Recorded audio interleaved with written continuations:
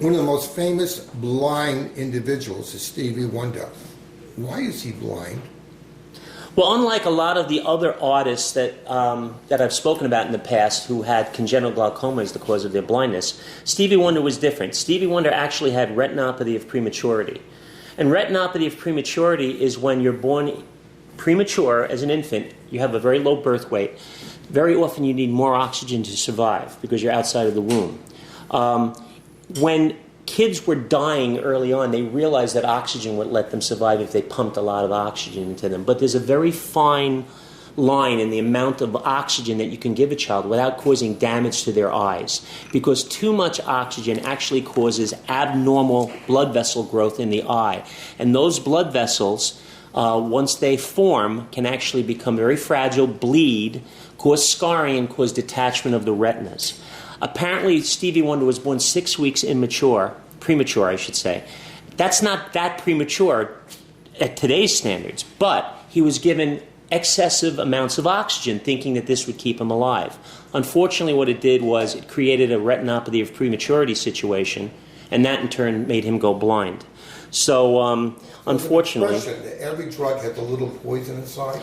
Every drug has a side effect, including oxygen. And yeah, unfortunately, oxygen is a drug to some extent, and but that didn't stop Stevie Wonder, because Stevie Wonder was born in 1950, and back in those days, we were starting to have good results in keeping kids alive. Unfortunately, Stevie Wonder had to succumb to too much oxygen and developed retinopathy of prematurity.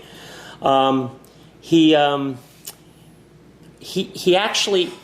Matter of fact, one of his albums he actually named, and you have to wonder if he named it Inner Visions because of his own visual issues that he could actually see within himself, but he couldn't see outside of himself.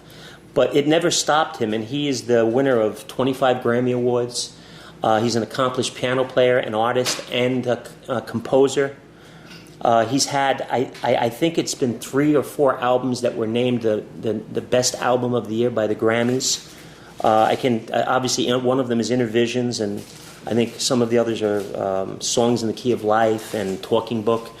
But again, it never stopped him. And even at a very young age, he was called Little Stevie Wonder. He had a #1 hit back in 1963. He was just a little kid, and he had a #1 hit called Fingertips Part 2. And he went on to become a very creative artist after that. So even though we had lack of vision, he had better vision, some people. Yeah, he had inner vision, and that's probably one of the reasons he named his album that. So the moral of the whole theme that we're trying to get across, you might be blind, but you still have a future. Absolutely, yeah, absolutely. For Stevie Wonder, certainly that was the case, and for a number of other artists who also suffered from eye illnesses and blood. And there's been a lot of different things in terms of it's under very strict control in terms of neonatal ICUs. When a child is born premature, even if it's like 4 or 5 weeks premature, if their birth weight is below a certain level or if they've gotten any oxygen, they have to be seen by a pediatric ophthalmologist or retina specialist while they're in the NICU. And there are treatments today, aren't there? Right. What we normally do is we monitor the child's eyes by doing a full dilated exam, and we check their eyes with something called an indirect ophthalmoscope, which gives us a real good 3D image of the retina. We look all the way out into the periphery to see if there's any retinopathy.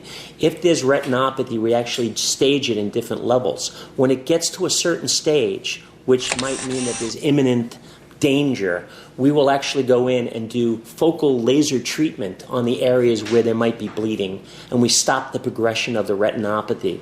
And this laser can be done with a head-mounted laser right in the neonatal ICU so that the child doesn't have to be moved to an operating room. I think we recognize about the mid-50s. I think the first studies weren't even coming to this country. I think came out of Poland with some studies that were talking about way before anybody in this country.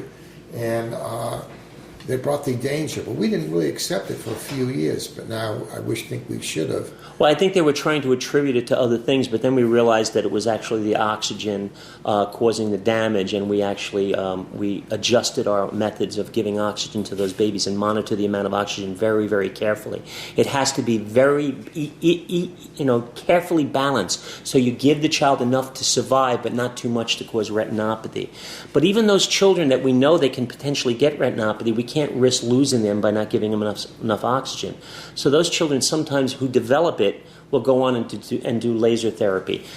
Before we did laser therapy, we used to do something called cryotherapy, where we actually took a cold probe before we had lasers. And the cold probe was actually placed around the exterior point of the eye on the sclera, around where the abnormal retinal vessels were growing, and the cold probe actually stopped the progression of the actual retinal vessels that were damaged or abnormal. Well, we're getting to a much higher place in care, is that correct? Yeah, definitely. We have it under good control now, as long as the patient is followed carefully and by the appropriate people. I always tell patients, if you expect to have a tiny baby, you know it in advance, make sure in a very good hospital with a good neonatal unit. Right, and make sure that the neonatal unit will follow up with you after you leave the hospital, and make sure that you as a parent are compliant and bring that child for follow-up care at the pediatric ophthalmologist so that he can get the appropriate treatment. His problem wouldn't have been made any different because of the time period. Today, if he was born, he probably would not end up being blind. Yeah, unfortunately for Stevie Wonder, because he was born in 1950, and we didn't recognize the problem, and we didn't have the appropriate method of treating it, Stevie Wonder went blind for that reason, unfortunately. If things were different and he was born in 1995, he probably would not have lost any vision. It's quite possible.